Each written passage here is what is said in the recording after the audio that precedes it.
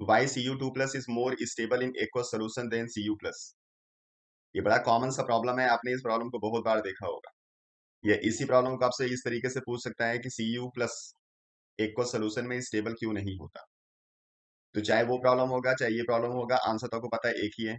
अब इसका जब हम आंसर लिखते हैं तो जितने भी रीजनिंग प्रॉब्लम्स होते हैं आपके क्लास 12th में, उसका जब आप आंसर लिखते हो, जो टीचर होगा वो आपके जो भी आंसर्स होंगे उसके अंदर चेक करता है की पॉइंट। अगर आपने सही की पॉइंट लिखा होगा तो आपको नंबर मिल जाता है, अदरवाइज आपको नंबर नहीं मिलता। स्टोरी लिखने से नंबर कभी नहीं मिलेगा, आप याद रखना। आपको की पॉइंट उसमें मेंशन जरूर करना है। तो इसके आंसर अगर आपने अलग अलग जगह देखे होंगे तो उसमें कहीं आपको आंसर मिल जाएगा कि Cu+ डिसप्रोपोर्शनेशन रिएक्शन शो करता है एक्वस सोल्यूशन में और इजीली कन्वर्ट हो जाता है Cu2+ में। कहीं आपने देखा होगा कि लिखा होगा इसका हाइड्रेशन इंथैल्पी हाई होता है, या कहीं लिखा होगा कि Cu+ में कन्वर्ट होता है तो बहुत ज्यादा अमाउंट में एनर्जी रिलीज कर देता है, इसलिए स्टेबल हो जाता है। तो ये सारे आंसर अपनी अपनी जगह सही है। तो इस वीडियो में हम लोग क्या करेंगे, इन सारे आंसर्स को एक साथ कंपाइल करेंगे तो कैसे उसका आंसर एग्जैक्टली आएगा उसी को हम देखने जा रहे हैं। तो आपको यहाँ पे क्या लिखना होगा, आप लिखोगे कि इन aqueous solution Cu+ undergo disproportionation reaction and change into Cu2+।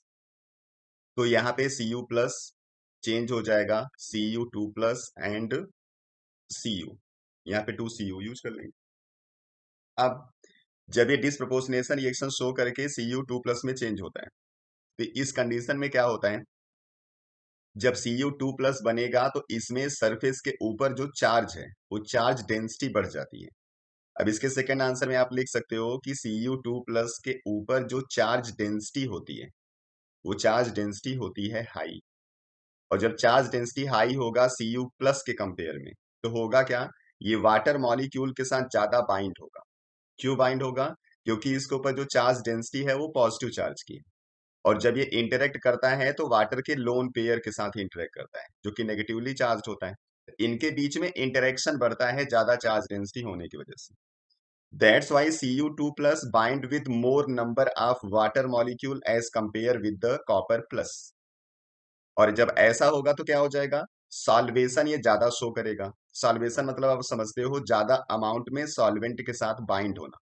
यहाँ पे सॉल्वेशन की जगह आप हाइड्रेशन बोल सकते हो, क्योंकि यहाँ पे जो सॉल्वेंट है वो वाटर है। जब ज्यादा ये सॉल्वेशन शो करेगा तो ज्यादा अमाउंट में जो एनर्जी है उसको रिलीज कर देगा। और यही अमाउंट ऑफ एनर्जी जो रिलीज होती है इसी को हम लोग बोलते हैं हाइड्रेशन एनर्जी या फिर हाइड्रेशन इंथैल्पी। तो अब जब ज्यादा ये बाइंड होगा तो ज्यादा एनर्जी रिलीज करेगा, इसलिए आपको लिखा हुआ दिखता है कि इसकी हाइड्रेशन इंथैल्पी हाई होती है। ठीक है। और यही जो एनर्जी होती है अब ये रिलीज हो रही है, इसलिए इसकी वैल्यू हमेशा क्या होती है, नेगेटिव। क्योंकि आपने पढ़ा हुआ है थर्मोडायनेमिक्स में, सिस्टम से कुछ भी बाहर करोगे तो नेगेटिव साइन के साथ लिखना होता है। तो आपको लिखा हुआ दिखता होगा कि नेगेटिव हाइड्रेशन इंथैल्पी इसकी बहुत हाई होती है। तो इसका जो कंप्लीट आंसर है उसमें आपको यही लिखना है, Cu2+ undergo disproportionation reaction and change into Cu2+। Cu2+ show more charge density over its surface, so bind with more number of water molecule, so its hydration enthalpy is very high and with negative sign, so it is highly stable in aqueous solution as compared with the Cu+। ये इसका complete answer हो जाएगा। चलिए next video में फिर आएंगे किसी दूसरे प्रॉब्लम के साथ। आप ऐसे ही पढ़ते रहिए, अपना ख्याल रखिए। Thank you.